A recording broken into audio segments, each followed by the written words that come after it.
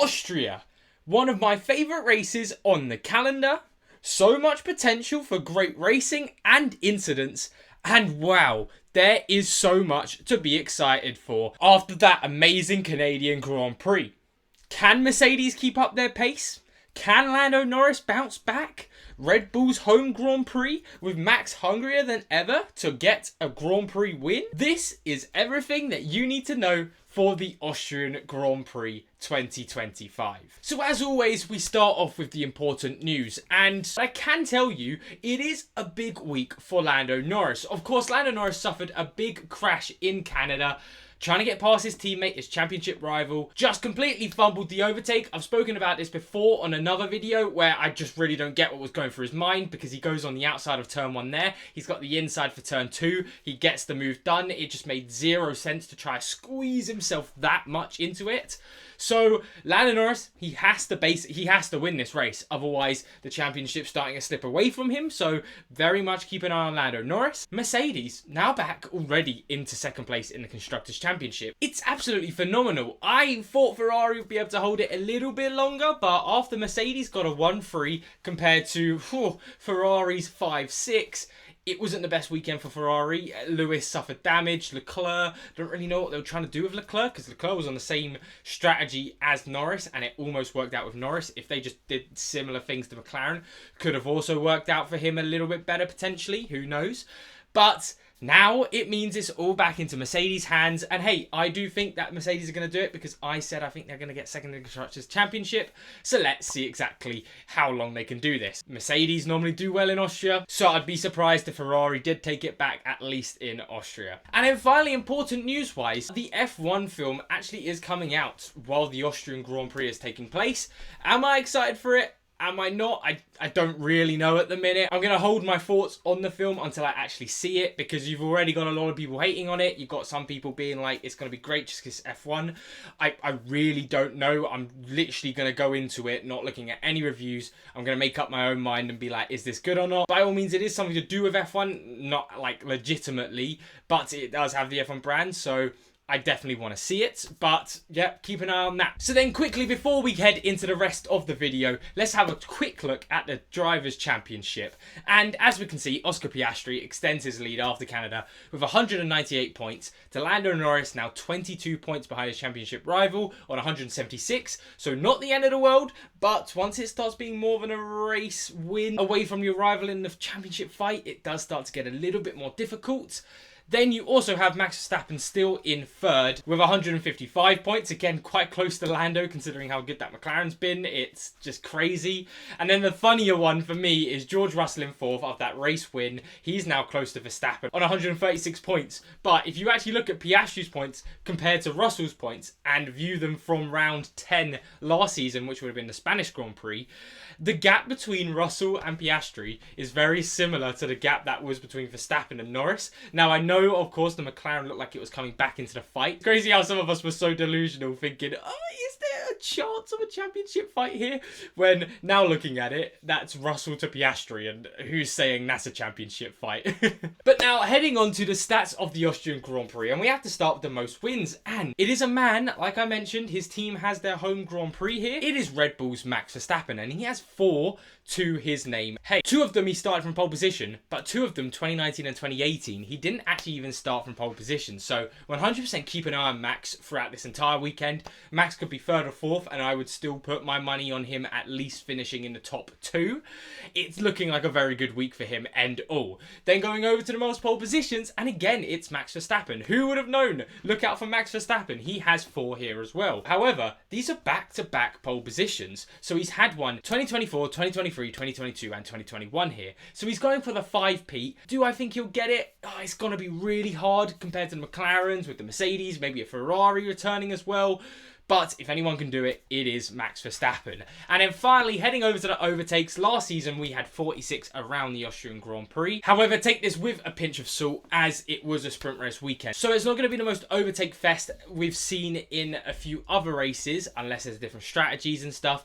But we know in Austria, you can overtake if you don't get stuck in a train. So there still should be some good battles. However, it's not the craziest amount we'll see throughout the season. Now, heading into the important session information you'll need to know for the Austrian Grand Prix. And like I mentioned a little bit earlier, it is no longer a sprint race weekend at the Austrian Grand Prix. It's a normal race week. So what does that mean? Well, it means the same old story. It's FP1 and FP2 on the Friday, FP3 and qualifying on the Saturday, and the race on the Sunday. However, this time round, FP2, FP3, as usual, still the most important sessions for figuring out what's going on. FP2 for qualifying, FP3 for race pace. However, this time in FP1, we do actually have two F2 drivers of Dunn and Beganovic, with Dunn driving for McLaren in FP1 and Beganovic driving for Ferrari. And of course, these are two names that we could definitely see on the grid very soon. McLaren Academy driver, sadly for Dunn, it won't be with McLaren if they do it, similar to Bortoletto, probably have to go to a Sauber-esque team. Same with Beganovic. Maybe there'll be room at Haas if something crazy happens, like Hamilton retires and Behrman goes to Ferrari, but I'd be very surprised. But anyway, it's always great to see these young, talented drivers coming on, at least for a little bit of F1 data, just to get a feel for the cars. With that said and done, let's now head over to your weatherman. Good morning, Austria. This is your weatherman, Zach GP, and I'm going to give you a quick little rundown of how the weather's going to look at the Red Bull Ring. Now, I can tell you straight away, on Friday, Saturday and Sunday, as of recording, it has been showing that there's going to be 0% precipitation. So what does that mean? There's not going to be any rain. Now, I'd be very surprised if that was a turnaround that could happen. However, just keep an eye on it, of course. I'll make sure to keep you updated in the comments down below if anything does happen with the weather. But the most interesting thing weather-wise for this weekend is how it's going to get progressively hotter throughout the weekend. So, starting off with Friday on FP1 and FP2, we're going to be seeing temperatures around the mid-20 degrees. Could be playing more into the Mercedes cards for FP1 and FP2. However, we then move to FP3 and qualifying on the Saturday, and it looks like it's going to be on the high 20s, 28, 29. And then we head into race day, and on Sunday, it could be getting as high as the low 30s. So it's going to get quite hot in Austria. You're probably going to need a hat and some sunscreen if you are there yourself. But anyway, that is all from me. Back to you in the studio. Thank you very much, Weatherman. And now it is time in the video where we stop looking forward into the Austrian Grand Prix and have a quick look back at the Canadian Grand Prix, where I give you my top 5 moments from the Canadian Grand Prix. And starting in at number 5, it is more Nico Hülkenberg points.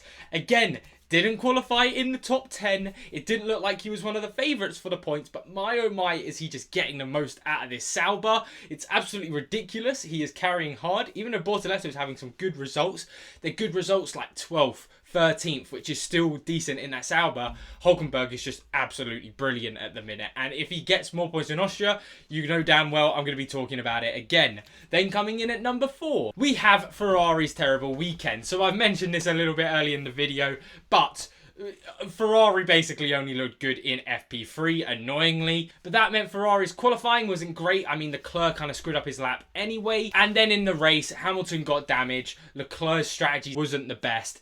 And at the end of the day, they finished 5th and 6th. And hey, it could have been 6th and 7th if Norris didn't crash out. So they can count their lucky stars that they even got those little extra points on Mercedes.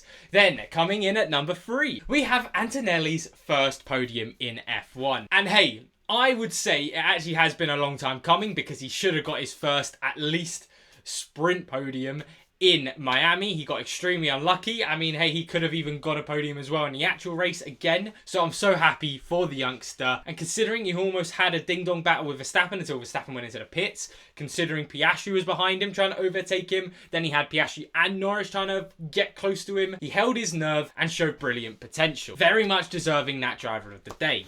Then coming in at number 2, and we have George Russell winning his first race this season. It's crazy how this is number 2, but you all know what's coming in at number 1.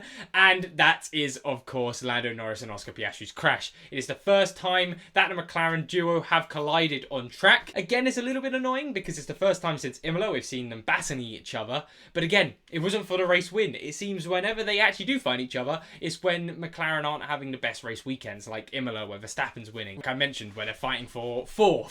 But Norris completely cocked it up. It was entirely Norris's fault. And at least he did mention that to Piastri, because Norris knew he screwed up there.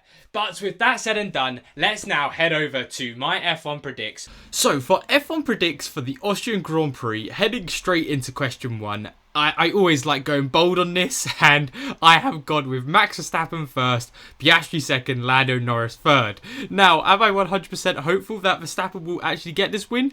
Probably not. I'd be very surprised if he could actually end up beating the McLarens, but hey, if it's gonna be a track, it would be the likes of Austria. Then heading over to question 2, and we have Max Verstappen again on pole position. I can see him winning from not pole position, but of course if he gets there, it'd be a lot easier if he was starting in first. Then heading into question 3, and this one was quite an easy one. Pierre Gasly didn't have the best Canadian qualifying. However, realistically, I'd be very surprised if Gasly didn't bounce back and beat Colapinto in qualifying in Austria.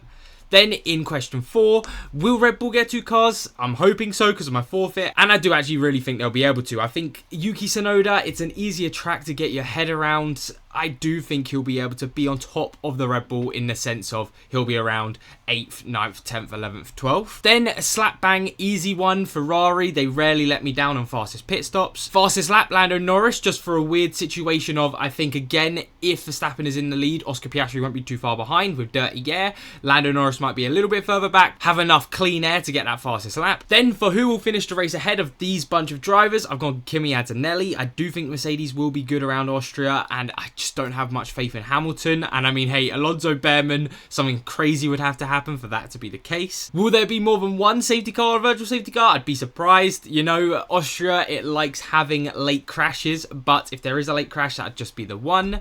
Then for race classifieds finishers, I've gone for 18. I always go for 18. I think that's slap bang. Normally there's a couple of people with issues, but that's about it. And then finally, my 2 times, who will be ahead in the team standings? It has to be Racing Bulls. I do think Hajar's going to bounce back from Canada, which wasn't too great. Lawson, he's kind of got to prove himself a little bit more again because he's slowing back down. So hopefully Racing Bulls can do this, and then I'll get a juicy 2 times boost on that. But those are my F1 predicts for the Austrian Grand Prix. Let's head over to my forfeit prediction. So then one final prediction, the forfeit prediction. My favourite prediction for the video, of course. Not really, unless I do get it right. And I have sprouted on about how good Verstappen has been at this track throughout the first part of the video. So I'm going to predict, even though it's not really about Verstappen, it's more about the other driver, Yuki Tsunoda, that if Red Bull do not get a double points finish in Austria, I will be doing another race length Austria, whatever the race length of Austria turns out to be, including red flags, including safety cars. Doesn't matter, depends on what we get. I'll be doing that on my exercise bike, and I'll be doing it on the hardest intensity for the whole, well, it normally is about an hour and a half. So hopefully I get this right. Come on, Yuki. Come on, Max. Don't have any crashes. And hey, then I won't have to do it. But finally, let's head over to the ZachGP analyst to get an overview of the track. The Red Bull Ring debuted in 1970 in its original format before being completely renovated to the track we now know in 1997, with 10 turns, 70 laps, 3 DR zones, and plenty of overtaking opportunities to happen. So get excited as we have a brilliant race coming up that has some great racing and some great drama. Thank you very much everyone for watching, and that is it for this Everything You Need to Know video. Comment down below what are you most excited about for the Austrian Grand Prix. Like and subscribe if you have liked the video. Of course, it really helps out the channel. We're so close to 3,000 subs. Potentially would have got there by the time this goes out, but who knows, we'll see. But as always, again, thank you all so much. Enjoy the rest of your day. Enjoy the rest of your week. I'll keep you updated in the comments for any other news that comes out after this video is uploaded. And hey, take care everyone.